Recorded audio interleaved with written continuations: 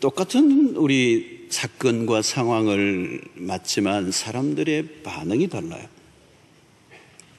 마음에 걸려도 다 다르게 반응하더라고요. 교통사고가 나도 다 다르게 반응하더라고요. 차가 좀 망가진 것 때문에 막 열내는 사람이 있지만, 아유, 차야 그런 거지 뭐. 사람 안 다쳐서 다행이다. 이 반응이잖아요, 반응. 시련을 당해도, 차여도, 반응이 달라요. 어떤 사람은 입을 뒤집어 쓰고 이제 인생이 다 끝난 것 같고, 근데 어떤 자매는 뭐 괜찮아. 그 남자 눈이 삐었지. 나를 놓치다니. 당당한 경우도 이 반응이잖아요, 반응. 이 격언에 그런 게 있습니다. 잘못된 상황 때문에 망한 사람은 없다는 거예요. 잘못된 반응 때문에 망한 사람은 많다. 자, 이러면 우리 인생은 반응입니다. 반응을 어떻게 하느냐? 일어난 사건과 상황이 아니에요. 반응을 어떻게 하느냐? 리스판스가 중요합니다.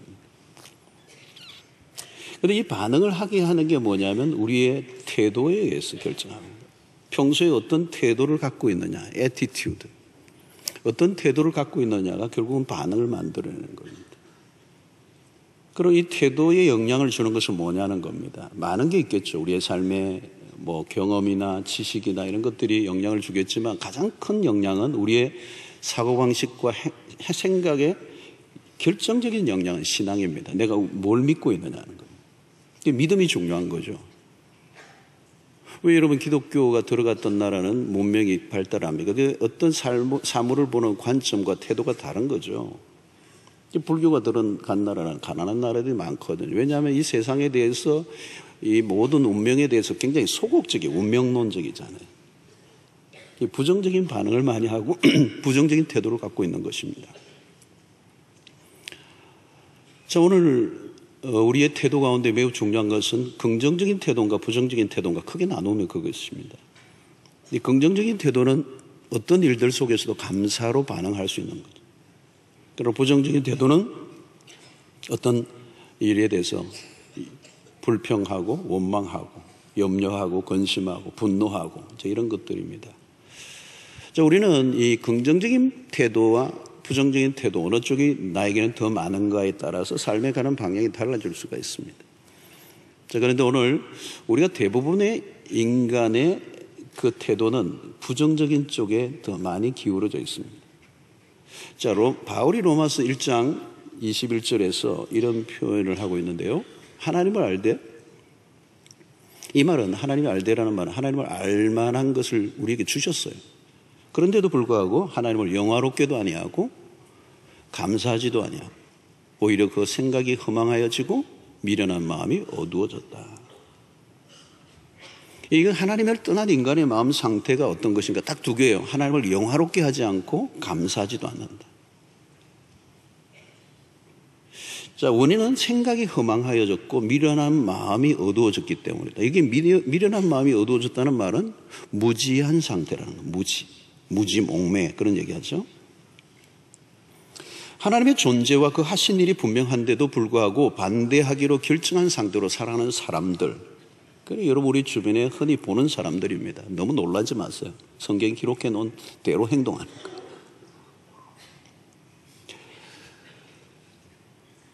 자, 여러분 오늘 우리의 삶을 가만히 보십시오. 하나님을 영화롭게도 아니하고 감사하지도 않는다는 이 무감각해진 인간의 모습.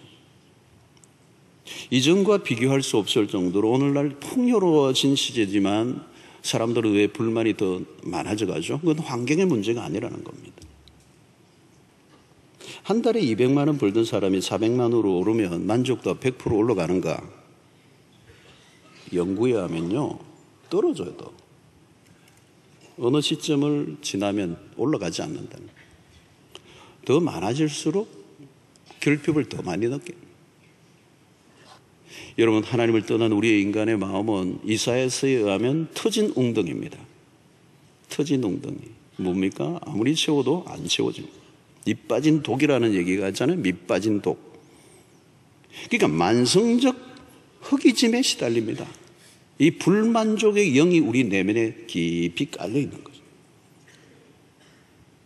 그러니까 감사의 문제라고 하는 것은 교양의 문제나 윤리적인 주제가 아닙니다. 영적인 것이고 인간의 근원적인 주제입니다. 여러분, 하나님을 거부하는 세상의 특징을 보면 감사하지 않는다. 하나님을 영화롭게 하지 않고 감사하지도 않는 같은 말이에요. 이것은 근본적으로 삶이 뒤틀려져 있음을 의미합니다. 하나님 없는 인간의 내면은 끝없는 탐욕으로 시달립니다. 채워지지 않는 갈증으로 날마다 불평의 삶을 사는 일상. 자, 여러분, 이 탐욕이라고 하는 것이 결국 감사가 없는 이 삶은 탐욕에 시달리는데, 이 탐욕의 특징이 어떤 것이냐면 우리가 잘 아는 것처럼 조금만 더라는 것입니다. 야, 이게 기가 막힌 거예요. 조금만 더 가지면 행복할 것이라고 속삭이는 이 사단의 소리, 이 세상에서 늘 듣는 메시지. 조금만 더. 근데 여러분, 이게 사실은 질병이에요. 질병. 이 죽음에 이르는 병입니다. 성경이 얘기하고 있습니다. 암으로 죽는 사람보다 이 병에 걸려 죽는 사람이 더 많아요. 자, 보십시오. 야고보 1장 15절의 말씀이에요. 욕심이 잉태한 적 죄를 낳고 죄가 장성한 적 사망을 낳느니라. 자, 이 사망이 어디로부터 온 것입니까? 욕심이에요, 욕심. 욕심이 잉태한 적 죄를 낳고 죄가 장성한 적 사망을 낳느니라. 근원적인 문제입니다. 하나님을 영화롭게 하고 감사한다는 이 문제는 우리의 삶과 신앙의 핵심 주제예요. 자, 오늘 본문을 보면 1절부터 3절까지는 찬양에 대한 얘기고 4절, 5절은 감사에 대한 내용입니다. 자, 하나님에 대한 찬양이 먼저 나오고 그 다음에 감사가 따라 나옵니다. 아주 자연스러운 겁니다. 하나님을 찬양하고 그 찬양이 깊어지면 반드시 감사가 나오게 되어 있습니다. 이 찬양과 감사는 분리될 수 있는 게 아니에요. 어쩌면 하나입니다. 하나. 그러니까 예배의 핵심이 뭐냐 물으면 찬양과 감사입니다. 자, 이것은 전적으로 누구에게를 향한 것입니까? 하나님에게 향하는 거죠. 그러니까 찬양과 감사를 한다는 것은 하나님과 바른 관계에 있음을 가장 분명하게 드러내는 행위가 찬양과 감사입니다. 뒤틀려져 있던 인생도 하나님을 온전하게 예배를 드리면, 이 찬양과 감사가 온전하게 있는 예배를 드리면 삶에 뒤틀려 있던 게 다 회복되고 정리가 되게 되어 있어요.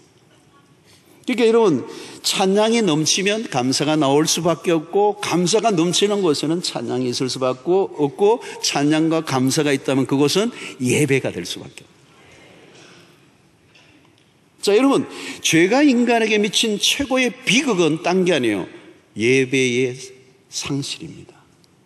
A.W. 토즈라고 하는 유명한 목사님이 한 얘기가 있어요. 현대 교회가 잃어버린 진주가 하나 있는데, 보석이 하나 있는데 그게 예배다. 여러분, 예배 없는 삶은 이미 죽은 것과 같습니다. 하나님과 교제가 끊기는 순간 인간은 급속하게 모든 게 소멸됩니다. 그냥 육으로만 사는 것이고, 그 육도 영과 단절된 상태의 육이기 때문에 이미 그 육도 죽은 몸이에요. 죽은 몸. 그 몸으로 할 수 있는 게 별로 없어요. 죄나 짓는 거지. 여러분, 예배를 잃어버리면 모든 걸 잃어버리는 것입니다. 자, 오늘 시편의 시인은 찬양과 감사로 넘치는 예배를 소개하고 있는데 1절을 보니까 온 땅이여 여호와께 즐거운 찬송을 부를지어다. 여기 눈에 띄는 것은 온 땅이에요. 이스라엘만이 아니고 유대인만이 아니고 온 땅, 온 민족, 모든 입술, 모든 만물. 제가 그 낙엽을, 단풍을 보면서도, 야, 이 낙엽, 이 단풍들도 지금 하나님의 영광을 찬송하고 있구나. 아, 이렇게 아름답게 물이 들다니. 이 꽃들을 보면 꽃들이 그냥 지잘났다고 피는 게 아니라 하나님의 영광을 드러내는, 하늘이 하나님의 영광을 선포하고 그 얘기에, 시편에 그 얘기가 바로 그런 것입니다. 온 땅이여 여호와께 즐거운 찬송을 부를지어다. 2절에 보니까 기쁨으로 여호와를 섬기며 노래하면서 그의 앞에 나아갈지어다. 이 하나님에 대해서 크게 외치고 노래합니다. 여기서 매우 중요한 것은 즐겁게 기쁨으로, joyful, joyful 그러죠. 기쁨으로 즐겁게. 여러분 오늘 이 시편을 보면 분위기가 어떻습니까? 매우 밝고 생동감이 넘치고 찝찝하지 않습니다. 어둡지 않아요. 예배가 바로 그런 것입니다. 자, 그러면 이 누가 찬양과 감사를 할 수 있느냐? 3절을 보면 여호와가 우리 하나님이신 줄 너희는 알지어다. 하나님이 누구이신지 알아야 합니다. 여러분 하나님을 알면 알수록 예배는 더 깊어지죠. 하나님을 모르는 사람이 예배를 드릴 수는 없습니다. 하나님이 누구이신지를 바로 알면 알수록 그 예배는 깊어지고 찬양과 감사는 더 놀랍게 일어나게 되죠. 자, 그러면 하나님이 어떤 분이십니까? 오늘 여기 3절에 여호와가 우리 하나님이신 줄 너희는 알지다. 그는 우리를 지으시니요 우리의 창조자이십니다. 여러분 우리를 지으신 분이 누구인가를 아는 것은 매우 중요합니다. 우리의 존재는 우리를 지으신 분에 의해서 결정이 됩니다. 누가 지었느냐? 왜 우리의 삶이 존귀합니까? 우리를 지으신 분이 존귀하신 분이기 때문에. 여러분 하나님이 우리를 지으실 때는 하나님의 형상대로 지으셨습니다. 인간을 지으실 때는 하나님의 영을 불어넣으셨어요. 하나님의 영이 우리 안에 들어와 우리에게 생명이 부어졌습니다. 창세기에 보면 르하우라고 하는 단어가 있는데 하나님의 호흡, 하나님의 영이 우리 안에 들어와서 우리가 생명이 됐다는 거예요. 이 육체가 그냥 인간이 아니라 하나님의 생기가 불어넣어지니까 우리의 존재가 가치가 있어지고 존귀한 것입니다. 그것을 가지고 우리는 뭐라고 합니까? 하나님의 형상대로 지음을 받았다고 얘기합니다. 여러분 우리의 영은 하나님에게 마땅히 반응해야 될 이유가 바로 그것입니다. 하나님을 하나님으로 예배하는 것은 지극히 당연스러운 것은 예배를 하지 못한다면 우리 영은 이미 죽은 것이고 영이 죽은 상태는 생명의 기운이 그 안에 작동될 수가 없습니다. 살아있지만 그것은 육체이지 영이 산 것이 아니기 때문에. 그러면 그런 상태로는 자신의 삶을 영광스럽고 복되고 존귀롭게 살아갈 수 있는 가능성이 없어진 것입니다. 찬양과 감사 예배를 드린다는 것은 우리의 영이 정상적으로 하나님과 소통하는 일입니다. 영의 건강한 호흡을 하면 그 사람은 생명력이 있어지죠. 하나님으로부터 참 생명을 공급받으며 살게 됩니다. 하나님이 창조하셨다는 말은 하나님이 책임을 지십니다.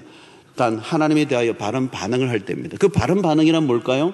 바로 하나님 앞에 찬양과 감사로 하나님과 소통하는 것입니다.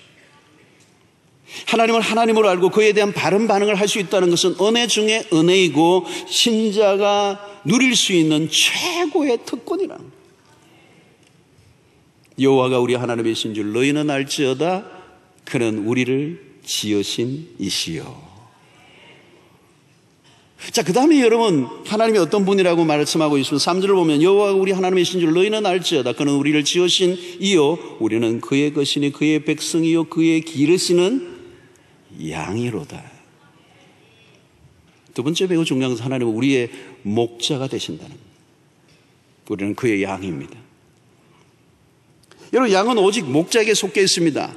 여기 매우 중요한 것은 목자가 양을 기르신다라는 표현은 매우 강력한 것이죠.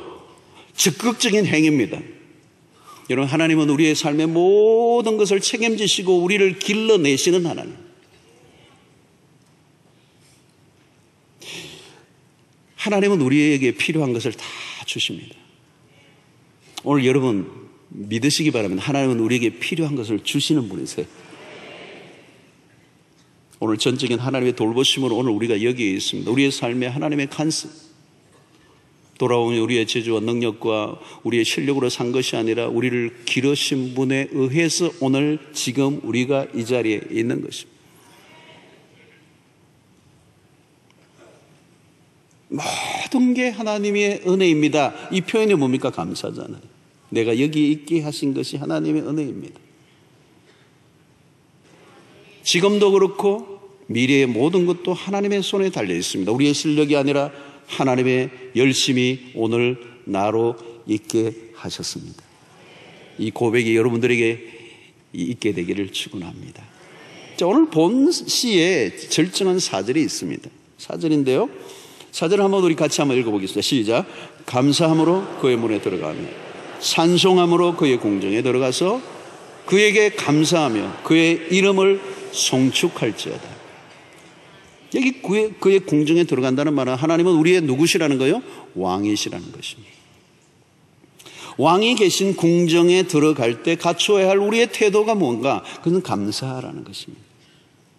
감사함으로 그의 문에 들어가며, 어쩌면 감사함으로 내 마음의 문이 열려야 하고, 감사함으로 나아갈 때 그 왕이 계신 그 궁정의 문이 쫙 열리는 역사예요. 성도 여러분, 현재의 삶에 대한 여러분들의 태도는 어떻습니까? 우리가 신앙생활을 한 해 두 해 하다 보면 처음에 감격이 사라져요.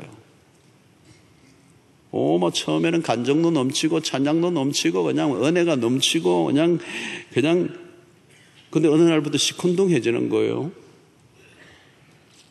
그것은 뭔가 하면 하나님에 대한 것보다 자신의 삶의 현실에 더 많은 관심을 가지기 시작할 때부터. 이런 찬양과 감사는 뭡니까? 하나님의 초점을 맞추는 겁니다. 왜 감사를 놓쳐버리고 원망과 불평에 빠지냐면 하나님에 대한 관심보다는 자신의 삶의 현실에 대한 관심이 더 많은 거예요.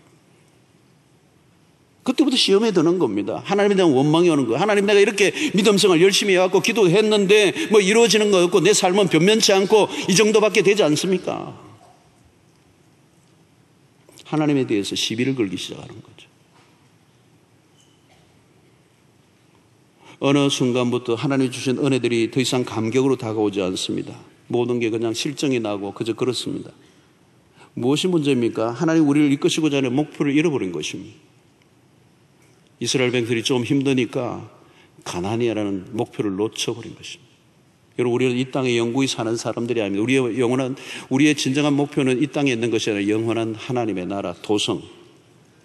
이 땅은 다 사라지고 하나님의 나라는 영원하고, 영원한 하나님의 나라의 영원히 영생을 누리는 그 축복된 미래를 위해서 오늘의 현실의 믿음으로 힘들지만, 말씀으로 살 때 힘들지만 그 믿음의 환경을 이겨내는, 왜 주어질 미래에 하나님의 영광스러운 그 나라가 우리에게 기다리고 있기 때문에,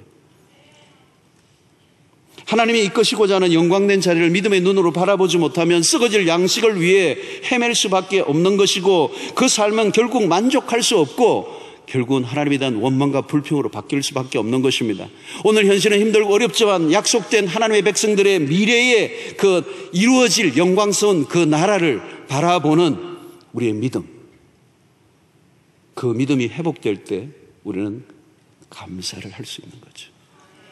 왜? 지금 이 순간이 영원히 지속되는 것이 아니고 곧 다가올 그 나라가 있기 때문에 우리가 참을만 하고 기다릴만 하고, 이 궁색하고 어렵고 내 생각대로 안 되는 현실이지만 그것을 믿음으로 받아들일 수 있는 것이죠. 믿음이란 뭡니까? 현재의 상황이 아니라 장차 주어질 가나안의 약속을 바라보는 것이죠. 여러분, 우리 땅에서 우리가 조금 불편하게 살아도 힘들어도 우리는 미래가 약속되어져 있는 백성들임을 잊지 말아야 할 것입니다. 그러므로 여러분, 하나님과의 바른 관계 속에서 있는 것이 너무 중요합니다. 바울은 그 표현을 이렇게 쓰는 거죠. 빌립보서 4장 11절로 13절의 말씀, 얼마나 기가 막힌 말씀입니까? 우리의 기독교의 복음의 능력이 어떻게 우리의 삶에 나타나는가를 너무도 기가 막히게 표현한 거예요. 내가 궁핍함으로 말하는 것이 아니니라. 이 말은 뭡니까? 여러분, 바울이 지금 실제로는 좀 궁핍해 있는 거예요. 그런데 그 궁핍함 때문에 너희들의 무슨 그런 얄팍한 도움을 요청하는 그런 사람이 아니다, 이런 표현이 여기 있는 거예요. 여러분, 내가 궁핍함으로 말하는 것이 아니니라. 어떠한 형편에든지 나는 자족하기를 배웠다. 나는 비천에 처할 줄도 알고 풍부에 처할 줄도 알아. 모든 일, 곧 배부름과 배고픔과 풍부와 궁핍에도 처할 줄 아는 일체의 비결을 배우노라. 내게 능력 주시는 자 안에서 내가 모든 것을 할 수 있느니라. 여러분, 내가 어떤 형편에 처하든지 나는 자족하기를 배웠는데, 그 자족하는, 내가 비천에 처하든지 충부에 처하든지 배부름과 배고픔과 이 풍부와 궁핍, 돈이 있으나 없으나 상관없이 내가 어떤 형편에도 자족할 수 있게 만들었던 것은 내 실력이 아니라 내 안에서 그렇게 살아갈 수 있도록 능력을 주시는, 환경의 구애를 받지 않고 요동하지 않고 살아갈 수 있도록 만들어주시는 그 내게 능력, 그 능력, 어떤 상황에도 초월적으로 살아갈 수 있게 만드는 그 능력, 그 능력을 주시는 자가 내 안에 계셔서, 여러분, 우리 실력으로는 안 됩니다. 문 열고 나가면 그냥 비교하고, 문 열고 나가면 뭐 그냥 화려한 것이 우리의 눈을 그냥 희둥그러게 만들고 우리의 마음을 빼앗아가고 비교하고 경쟁하고 그냥 치고받고 하면 우리는 한순간에 이 진흙탕 속에서 우리의 인생은 불행한 것처럼 보일지 모르지만, 내게 능력 주시는 자 안에서 내가 모든 것을 할 수 있다는 이 표현은 어떤 환경에도 흔들리지 않도록 하시는 그 하나님. 여러분, 신앙의 절정이라 이런 것입니다. 어떤 상황과 처지도 나를 흔들어 놓을 수 없는 태도를 갖춘 것.